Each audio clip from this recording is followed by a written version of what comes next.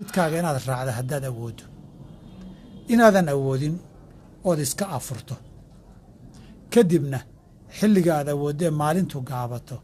aad dib ka qadlaysa labada khiyaar baa kuu furan haddaad awooddana waa inaad soontaa oo qorraxdaadu inay dhacda sugtaa haddii aadan awoodinna waad iska afuri kartaayoo laa yukallifu allaahu nafsan ilaa wuscahaa waay waxaynan awoodin ilaahay nafta ma saaro kadibna xilliga qaboobahee maalintu gaaban tahay marka la gaaro markaas ayaad iska afuraysa saa'ilka xiga wuxuu ina leeyahay maxay ka qabtaa diintu canshuurta diinta islaamku canshuurta laga qaado qofka shaqeeya mushaarkiisa masalada canshuuruhu mushaar keliya kuma xirnee ama badeecadaha iyo suuqa laga qaado ama hantida lala kala wareegaya laga qaado dhammaan canshuuraha marka la isku soo daraaye waxay ku bannaanaataa saddex shardi haddii la helo saddex shardi haddii la helo way bannaanaataa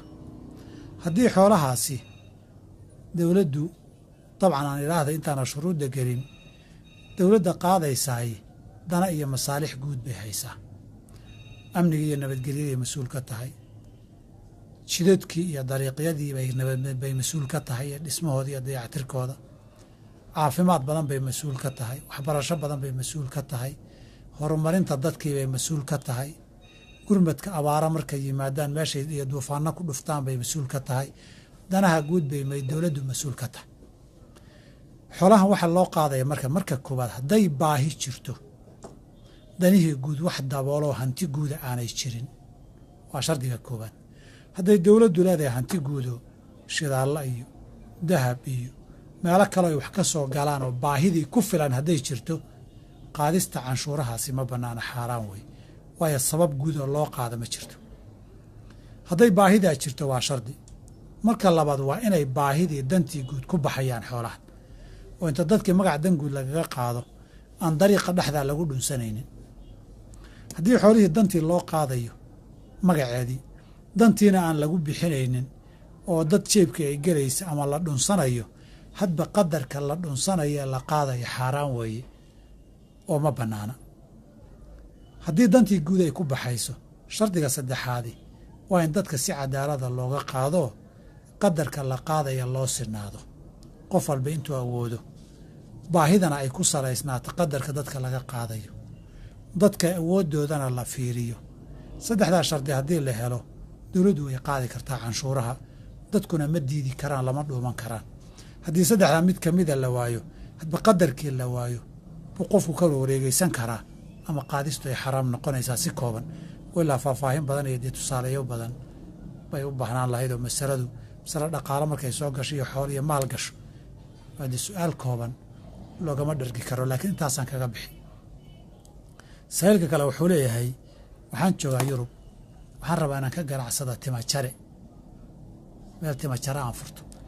dabcan qof walbana dookhiisaa loogu xiirayaa ganacsigaasi ma bannaan yahay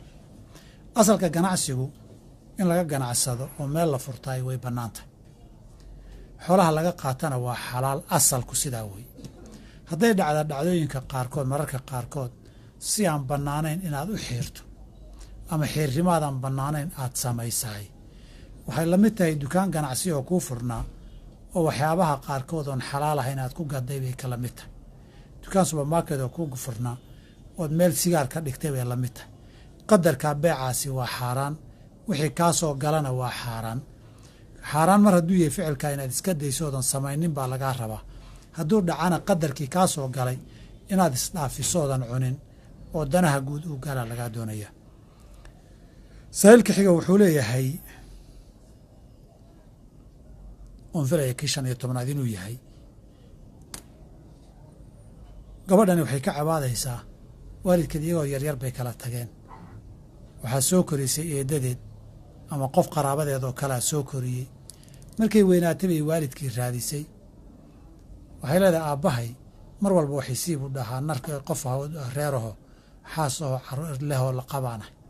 markaan wuxuu helana waan siiyaa markaan idhahdo wax ma hayaan wuxuu awoodana waan ku habaari buu dhahaya wuu habaaraa arrintaas habaarkaa ma igu dhacaya jawaabtu waa maya waalidku xiriirin buu kugu leeyahay tii isagu ku xumeeyena waxaan soo jeedinaynaa inaad iska cafido. isagu qofku hadduu xilkiisii gabay dadka kalena xilkooda inay gabaan ma aha. Soomaalida waxay dhahdaa haddaan la kala roonaan roobku ma da'een. rabbi addoommada hadduusan ka roonaan dembigay gelayaan waa loo cadaabi lahaa. mar hadday sidaas tahay wixii aad kari kartaa lagugu leeyahay, waxaadan kari karinna laguguma laha. waalidkaa waxaad kari kartana u xiriiri, waxaa kalena habaar kuguma laho insha allah kugu dhici maayo. waa habaar xaqdarraa weeye. saa'ilka xiga wuxuu leeyahay haddii aan qofku ballanno arrin kadibna aan isbedelo oo aan ka noqdo arrinkii, haddaan iska aamuso oo aanan qofkii u sheegin inaan ka noqday arrinkii, dembi miyaa iga soo gaaraya? jawaabtu waa haa. waayo sababtoo cahdina waad la gashay, cahdigiina lugooyaad ku samaysay. ilaah hadduu yidhi gaalo dagaal naga dhexeeyey oon heshiis iyo cahdi la gallay, haddii aad cahdigii rabtaan inaad jebisaan u sheega. wa imaa takhaafanna min qowmin khiyaanatan fambid ilayhim calaa sawaa. inay khiyaaniya isdabamaris noqotaan la diidayaa. saas darteed qofka qof haddaad wax ku heshiisaan, duruufi way kula soo darsi kartaa labada dhinac midkood. xog uusan haynin oo qofka kale uu ka helana way iman kartaa. isbeddel waa ku dhici karaa. ama guur baa lagu ballamay, ama ganacsi baa lagu ballamay, ama waxyaabo kalaa lagu ballamay. qofku hadday arrintii wax kale u soo baxaan oo israba inuu ka noqdo,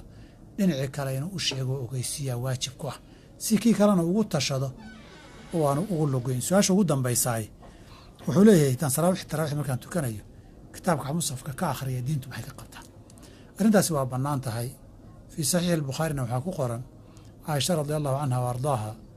inuu nin imaam noqon jiray, addoon ahaa, iyada iyo dad kale uu guriga imaam ugu noqon jiray oo taraawiixda tukan jiray, musxafna uu ka akhriyi jiray oo kitaab ka fiirsan jiray. ibn shaabi zuhrina waxaa laga wariyay oo taabici ahaa, kaana khiyaaruna yaqra'uuna fi lmasaaxifi fii ramadaan. ramadaan marka la tukanayo dadka iyaga akhyaartee wanaagsan masaaxiftayba ka akhri jireen, saasay ku tukan jireen. marka way bannaantao dhibaato ma laha. wabilaahi towfiiq. su-aashaasaa ugu dambeysay xalqadeennii 8aad ee su-aalaha facebooka. insha allah xalqadda 9aad intaan isaga imanayno, sidaa iyo nabadgeliyo. wassalaamu calaykum waraxmat ullaahi wabarakaatu. kaaga inaad raacda haddaad awooddo. inaadan awoodin ood iska afurto kadibna xilliga aad awooddee maalintu gaabato aad dib ka qadlaysa, labada khiyaar baa kuu furan. haddaad awooddana waa inaad soontaa ood qorraxdaadu inay dhacda sugtaa. haddii aadan awoodinna waad iska afuri kartaayoo laa yukallifu allaahu nafsan ilaa wuscahaa waay. waxaynan awoodin ilaahay nafta ma saaro. kadibna xilliga qaboobahee maalintu gaaban tahay marka la gaaro, markaas ayaad iska afuraysa. saa'ilka xiga wuxuu ina leeyahay maxay ka qabtaa diintu canshuurta, diinta islaamku canshuurta laga qaado qofka shaqeeya mushaarkiisa. masalada canshuuruhu mushaar keliya kuma xirnee, ama badeecadaha iyo suuqa laga qaado, ama hantida lala kala wareegaya laga qaado. dhammaan canshuuraha marka la isku soo daraaye waxay ku bannaanaataa 3 shardi haddii la helo. 3 shardi haddii la helo way bannaanaataa. haddii xoolahaasi dowladdu, dabcan aan idhaahda intaana shuruudda gelin, dowladda qaadaysaay dana iyo masaalix guud bay haysaa. amnigii iyo nabadgelyaday mas-uul ka tahay, jidadkii iyo dariiqyadii bay mas-uul ka tahay iyo dhismahooda iyo dayactirkooda, caafimaad badan bay mas-uul ka tahay, waxbarasho badan bay mas-uul ka tahay, horumarinta dadkii bay mas-uul ka tahay, gurmadka abaara markay yimaadaan meeshay iyo duufaanno ku dhuftaan bay mas-uul ka tahay, danaha guud bay dowladdu mas-uul ka tahay. xoolahan waxaa loo qaadaya marka koowaad hadday baahi jirto, danihii guud wax dabooloo hanti guuda aanay jirin, waa shardiga koowaad. hadday dowladdu leedahay hanti guudo shidaalla iyo dahab iyo meelo kaleo ay wax ka soo galaan oo baahidii ku filan hadday jirto, qaadista canshuurahaasi ma bannaana, xaaraan wey. waayo sabab guud oo loo qaada ma jirto. hadday baahidaa jirto waa shardi. marka labaad waa inay baahidii dantii guud ku baxayaan xoolahan, oo inta dadkii magac dan guud lagaga qaado aan dariiqa dhexdaa lagu dhunsanaynin. haddii xoolihii dantii loo qaadayo magaceedii, dantiina aan lagu bixinaynin oo dad jeebkii ay gelaysa ama la dhunsanayo, hadba qadarka la dhunsanayo ee la qaadayo xaaraan weeye oo ma bannaana. haddii dantii guud ay ku baxayso shardiga saddexaadi waa in dadka si cadaalada looga qaado qadarka la qaadaya loo sinaado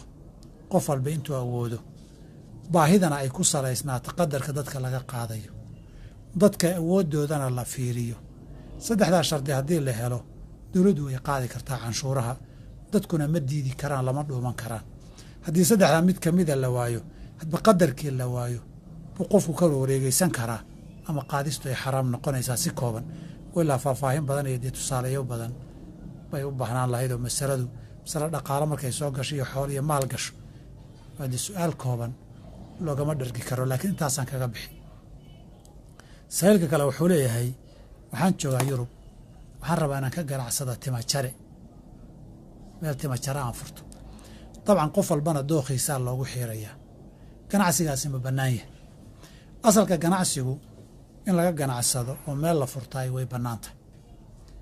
xoolaha laga qaatana waa xalaal asalku sidaa wey hadday dhacda dhacdooyinka qaarkood mararka qaarkood si aan bannaanayn inaad u xiirto ama xiirrimaadaan bannaanayn aad samaysahay waxay la mid tahay dukaan ganacsi oo kuu furnaa oo waxyaabaha qaarkood oon xalaal ahayn aad ku gadday bay kala mid tahay dukaan supermarket oo kuu furnaa ood meel sigaar ka dhigtay bay la mid tahay qadarka beecaasi waa xaaraan wixii kaa soo galana waa xaaraan xaaraan mar hadduu yahay ficilka inaad iska dayso oodan samaynin baa lagaa rabaa hadduu dhacana qadarkii kaa soo galay inaad isdhaafisoodan cunin oo danaha guud uu gala lagaa doonaya sahiilka xiga wuxuu leeyahay oon filaya kii 15 inuu yahay gabadhani waxay ka cabaadaysaa waalidkeed iyagoo yaryar bay kala tageen waxaa soo korisay eedadeed ama qof qaraabadeed oo kalea soo koriyey markay weynaatay bay waalidkii raadisay waxay leedahay aabbahay mar walba waxay siibu dhahaa narka qof reeraho xaas oo lehoo la qabaanah markaan wuxuu helana waan siiyaa markaan idhahdo wax ma hayaan wuxuu awoodana waan ku habaari buu dhahaya wuu habaaraa arrintaas habaarkaa ma igu dhacaya jawaabtu waa maya waalidku xiriirin buu kugu leeyahay tii isaguu ku xumeeyeena waxaan soo jeedinaynaa inaad iska cafido isagoo qofku hadduu xilkiisii gabay dadka kalena xilkooda inay gabaan ma aha soomaalida waxay dhahdaa haddaan la kala roonaan roobku ma da'een rabbi addoommada hadduusan ka roonaan dembigay gelayaan waa loo cadaabi lahaa mar hadday sidaas tahay wixii aad kari kartaa lagugu leeyahay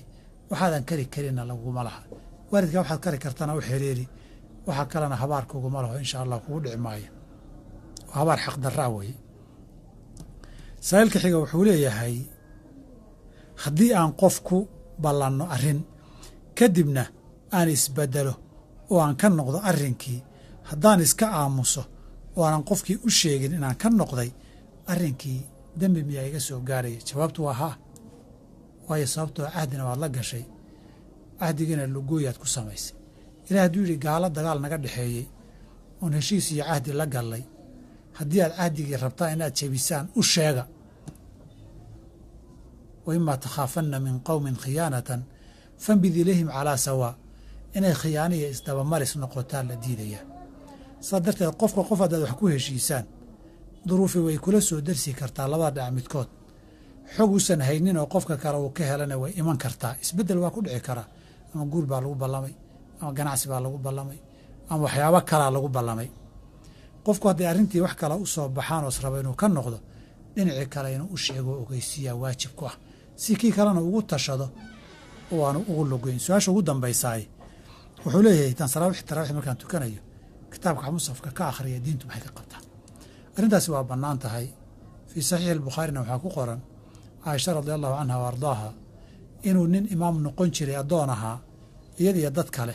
uu guriga imaam ugu noqon jiray oo taraawiixda tukan jiray musxafna uu ka akhriyi jiray oo kitaab ka fiirsan jiray ibn shaabi zuhrina waxaa laga wariyay oo taabici ahaa kaana khiyaaruna yaqra'uuna fi lmasaaxifi fii ramadaan marka la tukanayo dadka iyaga akhyaartee wanaagsan masaaxiftayba ka akhri jireen saasay ku tukan jireen marka way bannaantao dhibaato ma laha wabilaahi towfiiq su-aashaasaa ugu dambeysay xalqadeennii 8aad ee su-aalaha facebooka insha allah xalqadda 9aad intaan isaga imanayno sidaa iyo nabadgeliyo wassalaamu calaykum waraxmat ullaahi wa barakaatu